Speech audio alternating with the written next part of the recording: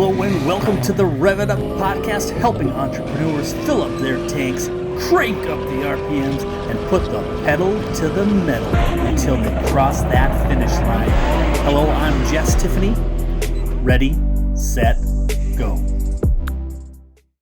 Hey there, everybody. Excited for today's guest. I got Shay Rowbottom, the queen of LinkedIn video. She is absolutely just in her whole new level. I thought I was a LinkedIn kind of smart guy, and all of a sudden she comes in and it's just like, whoa, a whole new level. And I learned I got a lot of growing to do and a lot of to do. So excited to have Shay with us today. And Shay, could you tell us a little bit about where to find you online? So, if they don't end up listening to the end, they already know where to go get more of your content. Yeah, absolutely. Well, thank you for having me, Jess, first of all, and for the kind words. It's very sweet. I am definitely of the new age of digital marketing. I came to LinkedIn after a lot of other people were already established there. But yeah, you can find me anywhere on social media at Shay Rowbottom. So LinkedIn is my domain platform. That is where all of my original content is released first. So it's linkedin.com/in/Shay Rowbottom. And you can also visit my website, shayrowbottom.com, to schedule a call. All right.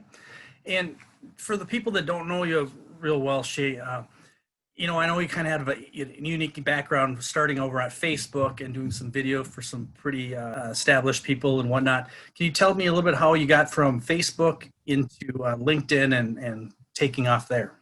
Yeah, absolutely. I'd be happy to. It's a really cool story, actually. I, first of all, did not grow up techie. I mean, I am a millennial. I'm 27 years old, but I really did not know much about digital marketing, computers. I never played video games. My parents were very strict, so I was of the last generation who really just played outside. I mean, I wasn't, I didn't grow up around cameras. I didn't know video. I decided I wanted to be a musician. Actually, I always wanted to be a musician growing up. I was really into performing and the arts. But in my early 20s, I just hit a realization that this really isn't going anywhere. I need a new skill. I need to pick up a trade. I was just very naive. I had no business acumen and I couldn't market myself. I knew Facebook and, I was on social media as a user, but definitely didn't understand the science behind getting attention online until I got an opportunity to edit video content for a large blog on Facebook. So I had started to learn how to edit at this point in time because I was editing my own music video content. And then I got this job for this blog owner. He had 2.5 million likes on his Facebook page, and he was a millionaire by the time he was 21 from his blog. And I was so fascinated by him. I jumped at the opportunity to work for him. And that's how I got into the business of video licensing. So I was literally within a few months creating, licensing, and redistributing video content to some of the largest blogs on Facebook. So these are those cat videos you see, those cute, family stories, mom blogs, cool new tech products, whatever we saw that we thought could go viral or was already going viral and we could curate it as well. We would reach out to that media owner, that story owner, and obtain a license to use the content so that we could sell it to these blogs on Facebook who really just act as publisher pages. They just always need new, fresh content. So that was really successful. I ended up getting an investment when I was 24. I scaled it, and it turned into also a more traditional advertising firm where we actually started doing media buying campaigns, running ads for consumer products on Facebook. So it was really when that branch of the business started, not the video licensing, because all the clients we needed for the video licensing were already on Facebook. They were large Facebook pages. They weren't on LinkedIn. It was really when we started promoting products and services and doing the media buying campaigns that we realized, oh, we need leads for this. Where can we find more leads for this? And that's when a sales guy, he was always on the hunt for leads. He was really smart. One of my sales guys, he came in and he said, I met this guy at an event in Milwaukee where my first business was. And he says that we need to do LinkedIn. He says that we need to make videos on LinkedIn to get leads. And for those of you who are familiar with the LinkedIn creators, that person that he met was actually Q, Quinton alums. And I knew nothing about LinkedIn. I mean, I grew up, my dad's a recruiter. So like, I knew it was for recruiters and job seekers. My dad had talked a lot about LinkedIn, but I never really thought about it as a marketing tool. And this sales guy, you know, he was like, you got to meet this guy Q. Like, I really just think you should talk to him. He has a video company too, and he's getting leads through LinkedIn. Like, just talk to him. And I'm like, okay, I'll talk to him. So I was really fascinated by him. I was like, okay, you know, maybe there is something to this LinkedIn thing. So I hired him to teach me the platform. Obviously, I already knew a ton about videos. I knew about content. I knew how to get attention online. I'd been studying it for years, but I wasn't making my own content. I wasn't actually applying everything I'd learned for the Facebook pages to a personal brand until I got on LinkedIn. He said, you got to make selfie videos. You got to talk about your industry and whatnot. So I just gave it a go. I committed. I said, I'm going to do 3 original selfie videos per week on my LinkedIn. I started out, my page had like less than 4,000 connections when I started. And within 2 months of creating these 3 original selfie videos per week on my LinkedIn, I had generated over 6 figures in revenue for that Facebook advertising agency. So it was like, yeah, it was like whoosh. It was a huge wake up call. I realized there's no competition on LinkedIn when it comes to video. As long as I take everything I applied on Facebook and put it on LinkedIn, like nobody knows this marketing yet. On Facebook, it was saturated. It was very competitive on Facebook for me. But on LinkedIn, I saw an opportunity to teach other business owners how they could do the exact same thing. So after a few more months of growing my following, getting more and more leads, I decided to actually sell my shares in the Facebook agency and pivot completely to start a LinkedIn marketing company where I now coach businesses on how to create video content to attract their target market on LinkedIn.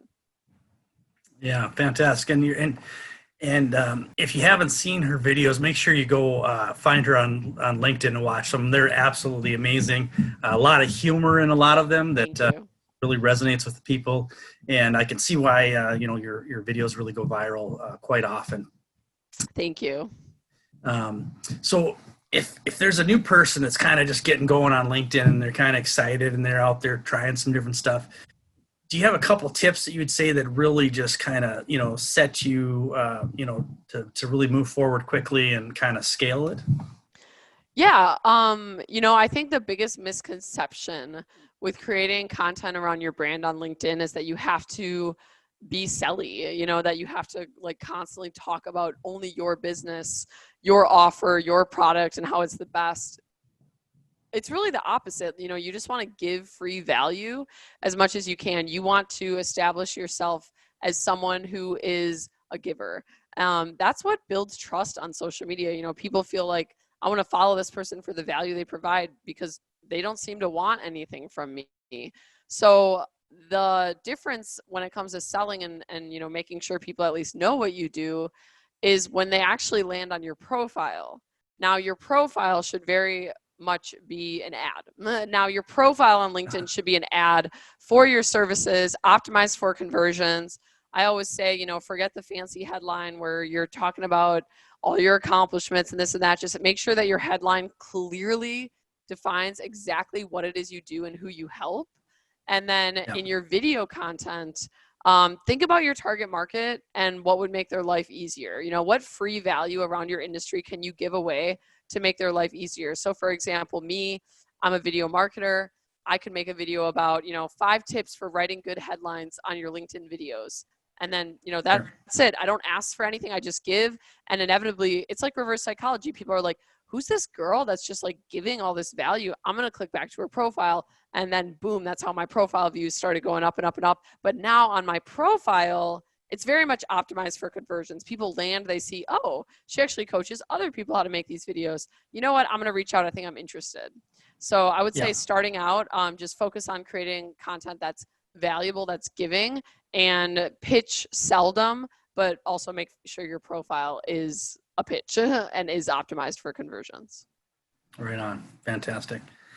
And so to pivot a little bit here, so I know you have your own podcast. Yeah. And it sounds like it's doing really well, but it's more on healing. Yes. And, kind of your journey and some struggles that you overcame in your life. And I've listened to several episodes of it, and it's really authentic. It's raw. It really gets into, some really deep issues. Um, and personally, I think, God, I'd be a little scared to share that much, because Yeah.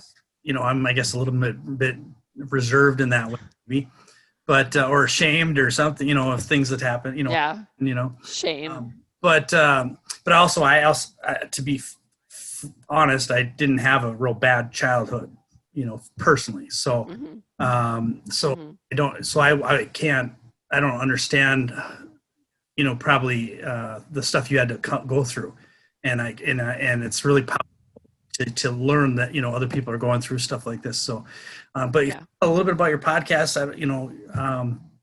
where to find it and all that stuff too. Yeah, yeah, absolutely. I'm really glad you asked me about the new healing business and the podcast because it actually ties directly into LinkedIn and my journey with LinkedIn. So I mentioned, those first 2 months making content, how I was able to create like a lead hose on my page.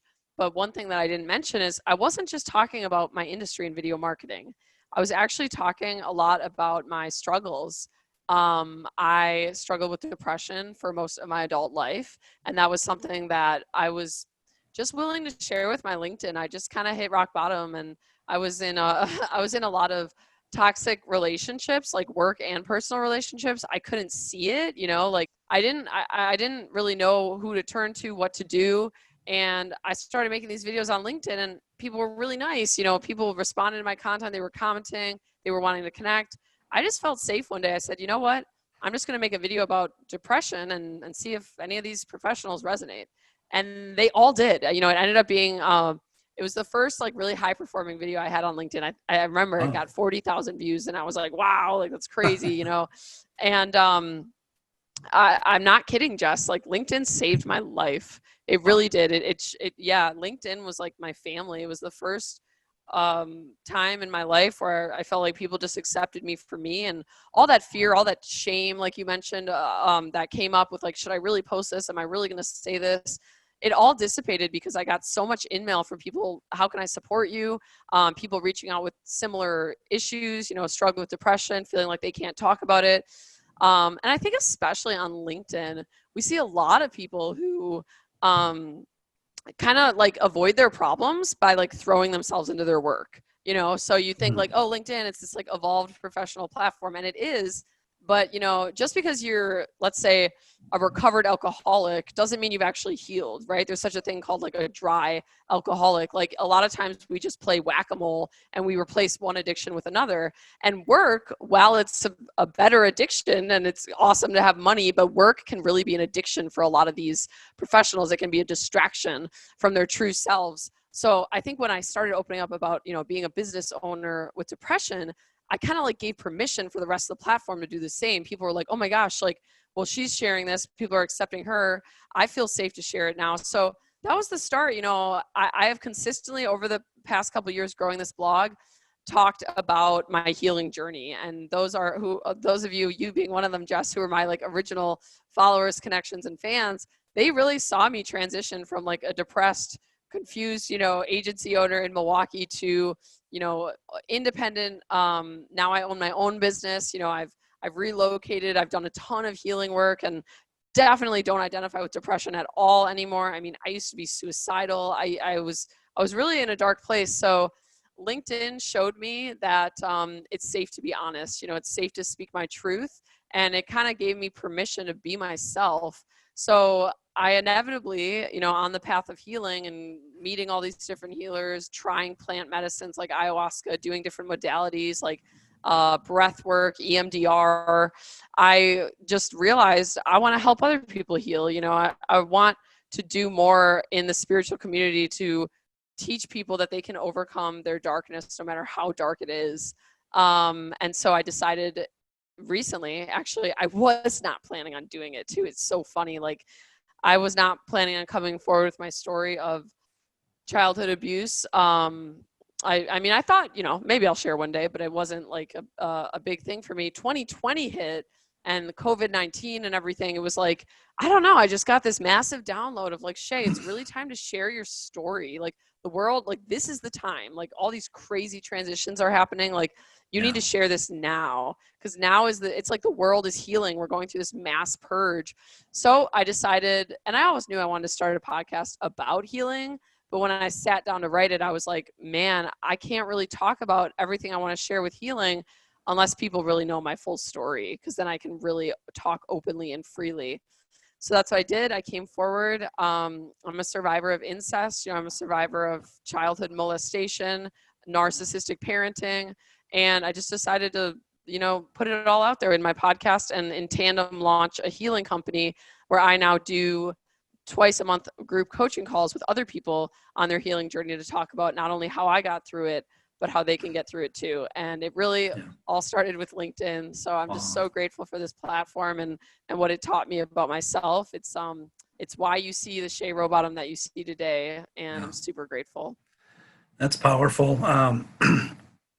And I know you add so much value. I see some of the comments on there, and other people are constantly saying, hey, I experienced that, or different things in some of the comments. And I think it was Mentry that had put out some stats or something that I know he does some stuff with, some challenges he had too. But it's there's a lot of CEOs apparently have a lot of depression, a lot of different challenges. I mean, it is stressful, obviously, sometimes running, businesses and things like that. The one I struggle with, I guess I would say, is that, what's it called? Imposter syndrome. Imposter syndrome. It's like, why, why do people listen to me? Why, all I did was do LinkedIn a little longer than them, or whatever, or marketing and stuff. But I do find myself going into that one. Depression. I mean, I've only been depressed for like a day at a time. I didn't go into like any deep, and that's good. People that know me, that they're like, what? Nothing gets you down. I'm like, I don't know. I just don't. It just kind of. That's good. Back, Yeah. Hey everybody, Jess here. What if I could help your company find over $100,000 in hidden revenue streams in less than an hour without spending an extra dime on advertising or marketing? Reach out to me at cardzap.thebumpcard.me. Check out the video on 5 steps to profit, and also reach out and we can have a conversation. Thank you. So I'm not complaining about that. I just, it's just amazing what you've been through and how you bounced back and come through it. And I'm just really amazed, so. Thank you, Jess. Yeah. And you don't need to have imposter syndrome. It's so normal too, which is, I mean, it's crazy. It's like the number one thing I see with my video program and coaching people on getting on video. I always joke, it's like I'm a confidence coach. It's like, you guys, you can do it. It's like people are scared of their own power. People feel like they're not good enough. I don't want to share. There's someone out there who knows more than me. We all have a unique value to provide. And I think that's also the beauty of this age we're living in. I think people are really starting to remember how powerful they are and starting to self-regulate their own emotions, empower themselves, get on video, grow a blog, just be honest, just speak the truth, because as scary as it might seem, there's someone out there who feels the exact same way as you. And they're waiting for you to talk about it so that you can give them permission to do the same. And it's this amazing snowball effect. And I like to think I've had a hand in that on LinkedIn with people just being more human, just more authentic. One person starts and people inevitably follow. Awesome. Yeah. I feel like you come on, I'm, I know once I get on a camera, I can talk, and I can do a 2-hour seminar and not even realize I talked for 2 hours. But getting onto the camera, it's like, oh, my hair doesn't look right today, or not wearing the right clothes. I need to dress differently, or it's like you put so much thought into it that it just paralyzes you. And I realize, I almost have to write it on a calendar, this is what I'm doing at this day. And then, put the right clothes on and then go for it. You know, it's still, Yes. but I have like these like little routines I have to do just to get on the camera. And it's like, you know, and then you got other guys that are out there just walking down the street and, you know, Right. you know, and they get, you know, 200,000 likes. And it's like, okay, obviously I need to reevaluate what's important on the video. At least Right. understand, like you do, production quality and a whole another level, but just even just do it. Sometimes you just need to get out of your own way and just do it. And that's a problem that I have. So, but yeah, you know, it's about belief too. You know, people can have the most perfect setup, they can have all of the sort of mechanics down, but if you don't like deep down believe that you're worthy of something, or believe in your own confidence and whatnot, you know, these things just aren't going to manifest the way that you want. And I was just talking about this on a call before. It's funny, like we make up these rules about things we need before we can do something. So, you know, before I become a business owner, I need to go to business school. Or, you know, before I can make videos for LinkedIn, I need to get lights and a videographer and a backdrop. It's like, we just make these things up to make ourselves feel better. The reality is you can like start anywhere at any time if you have the belief. Yeah. I've kind of had this, and I'm sure you must have this a lot now, you know, now that you've really blown up on LinkedIn and other places. It gets kind of weird when you're just out and about buying groceries and people start coming up to you and going, "Hey, you're that Jess Tiffany guy from LinkedIn." I'm like, I am. That's hilarious. That's so awesome. Yeah. Sometimes it's because they went and saw me, you know, it's because I do speak a lot in the local LinkedIn training circles around here, especially. And that's awesome. COVID, I've been speaking, you know, like LinkedIn lives in India and LinkedIn lives over here, and you know, CEO groups, and they just zoom you in, and it's so much easier to do it. But it's kind of just crazy when I'm shopping and people walk up to you and your kids are looking at it like, "Are you famous?" You know, I'm like, I hope that you feel pretty cool in front of your kids when that happens. It is cool. It is cool. Yeah. They hear me talk and they go, "God, this is so boring, Dad." Well, you're always talking. Yeah, no. Money's not boring. That's what I tell everyone. Yeah, there you go. LinkedIn, really? I'm like, yeah, no. But it's funny. I've not been stopped grocery shopping. Well, I don't really grocery shop anymore. Now everything's ordered in. You know, in Miami, I really don't get recognized because in Miami, people aren't really on LinkedIn. Like, you know, it's kind of a beachy town. It's it's a lot more of like, it's just not a very like LinkedIn heavy place. Like literally on the beach the other day, this guy, he was like, "What do you do?" And I was like, "Oh, LinkedIn." He didn't even know what LinkedIn was. He had no idea. He'd never heard of it. I was like, "Oh my gosh." So yeah, like for me, it more so happens if I go like to California or New York or LA and I'm at these, you know, sort of businessy type places or restaurant meetups, then people will recognize me. And it's definitely weird. I definitely can't get used to it. I had a meeting in Newport Beach recently where I was just meeting a guy for the first time. He wanted to connect and see if we could do some business together. And as soon as I sat down on the table, the guy at the table next to us was like, "Are you Shay Rowbottom?" And I was like, "Yes." And he was like, "Oh my God, can I get your picture? I follow you on LinkedIn." And I was like, "Sure." And it was a good way to start that business meeting. Like, by the way, look at who you're sitting down with. But I will say, I just don't get used to it. Like, I still get on calls with people where they're like, "Oh, I feel like I'm talking to someone famous," and I'm just like, you know, it's hilarious. But no, thankfully, down here in this little Miami bubble I live in, nobody knows about LinkedIn. So I don't really get stopped out here. Yeah. I will say it was a lot worse when I lived in North Dakota because, you know, like the whole place I lived was like 40,000 people. Really? Yeah, that's where I'm from originally, is North Dakota. Oh, wow. Oh, I didn't know you were from North Dakota. Oh, yeah. You know, I just knew everybody. Everybody knew me. I knew everybody. And all of a sudden, like, I might not see somebody I know for 3 months, you know, other than my wife and, you know, kids or whatever now.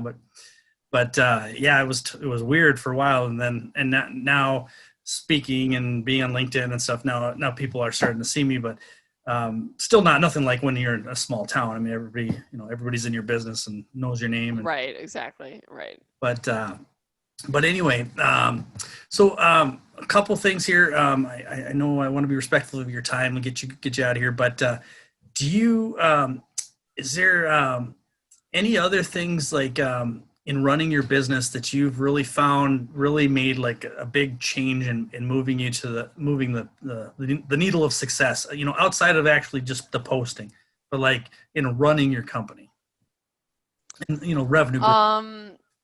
Yeah, take 100% responsibility for everything in your life.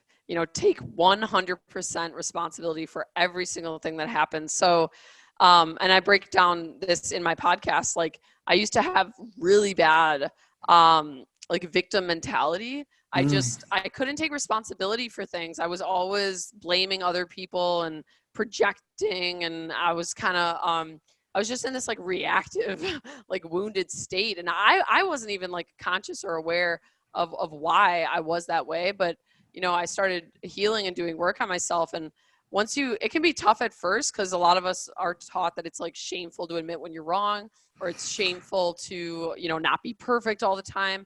Once you can kind of get past that and start owning your mistakes and just being honest with your employees, honest with your clients, like, hey, take 100% responsibility. It's tough at first, but then it just becomes so liberating. Like, now that I am in complete control of my life, I'm able to manifest, I'm able to dictate the direction of where we head and whatnot. So I would say that just doing a lot of personal development work on myself, really getting honest with myself about my own insecurities, about, when I messed up, when it's on me to own a mistake, anything that happens in your company, at the end of the day, you can blame, oh, this employee did this or they did this. Like, if you're the business owner, it's you. You're the top of the pyramid. Like, you are source for all these people. And I really think that I really give myself a lot of credit. I forget sometimes how far I've come because I used to just not be able to do that. I was not a good boss always. I was not always an easy person to work for. I could be really bitchy. I could be just really like anxiety. Not you. Yeah, I was. I definitely was. And once I started to take responsibility for things and understand that, like, Shay, it's okay. Like, you can take responsibility. You're not going to get in trouble. And in fact, people are going to respect you even more for owning those mistakes. That's when I was really able to start manifesting the life I wanted, because you can't simultaneously like play the victim all the time and be empowered and be capable of achieving all these things. So just take responsibility. It's as simple as that. You are source for everything. As soon as you catch yourself, blaming and shaming and pointing the finger at people outside of you, just develop a habit and a practice of being like, wait a minute, why am I doing this? Like, what did I do to manifest the situation? How did I contribute to this error? And that, to me, is the true definition of a leader. Awesome. I keep thinking, I'm like, it's going to be hard, like going, yes, honey. I smeared birthday cake all over your favorite blouse. It was me. You got to do it. You got to come clean. Yeah. Come clean. Because also those... I blame my kids usually. I'm like, no, the kids did it. But. Oh my God, that's hilarious. No, it's like a lot of times too, those things will eat you alive. I think that's, again, back to me opening up on LinkedIn about depression. It was like, I wasn't holding it in anymore. I was starting to let it out. It's so clearing, and then other people realize that they're hanging on to it.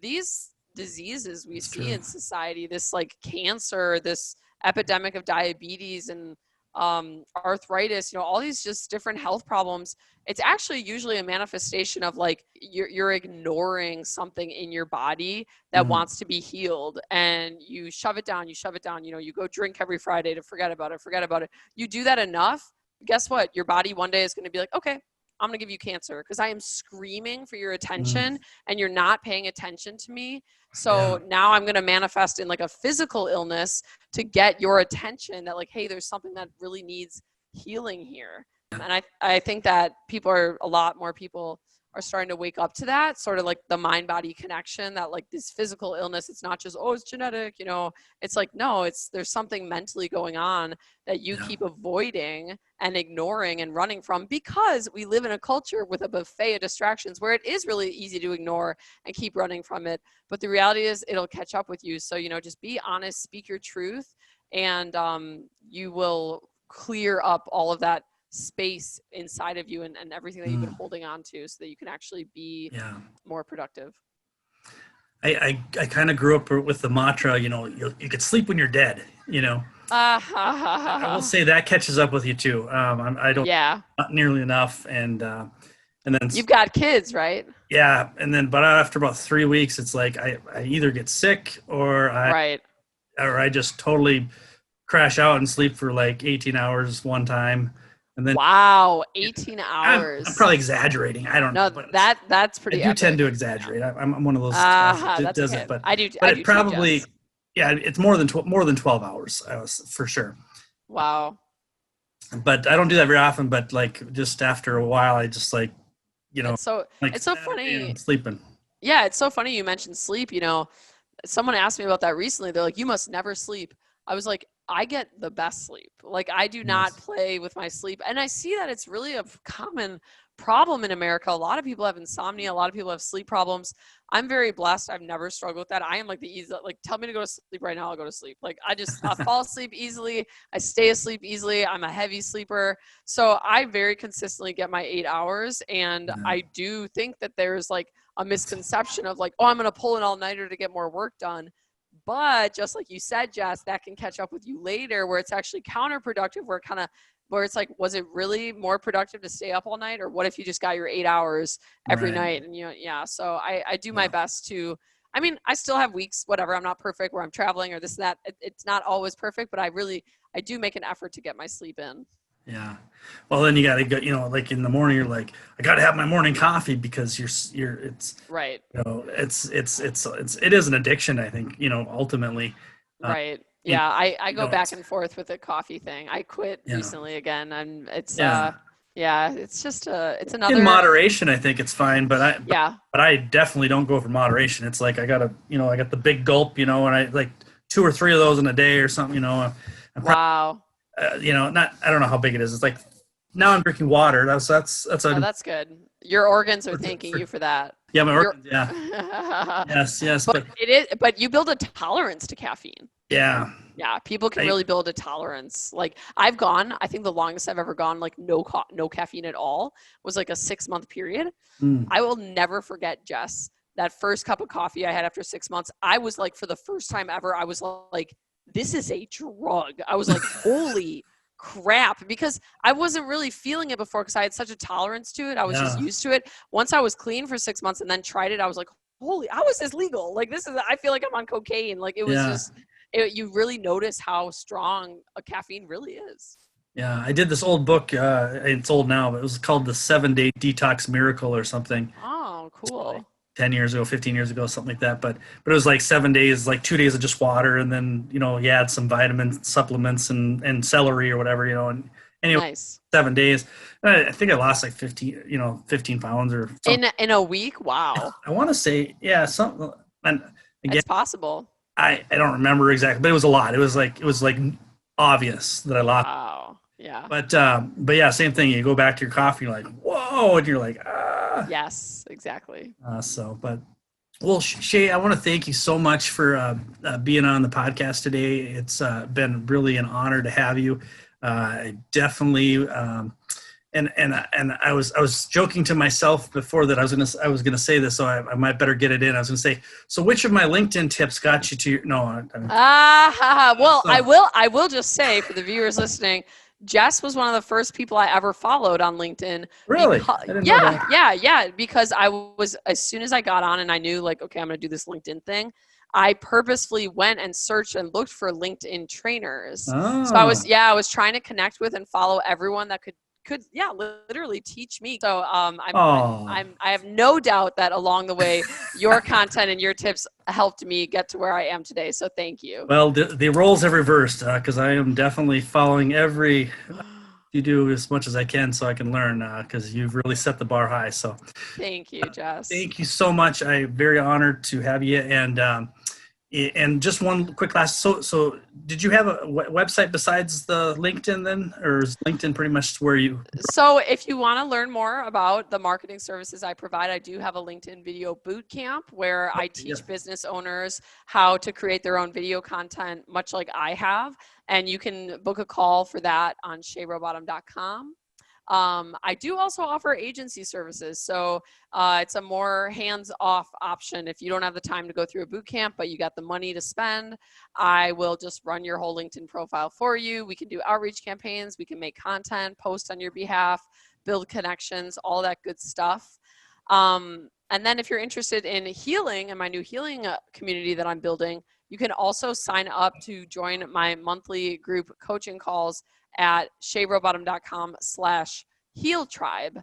And there we dive more into, the why behind why you're not reaching your business goals, the limiting beliefs, the childhood wounds, anything that you're struggling with. And it's been a really cathartic experience as well. Fantastic. Awesome. Well, thank you. And we will thank you everybody for listening, and we'll talk to y'all again soon. Thank you.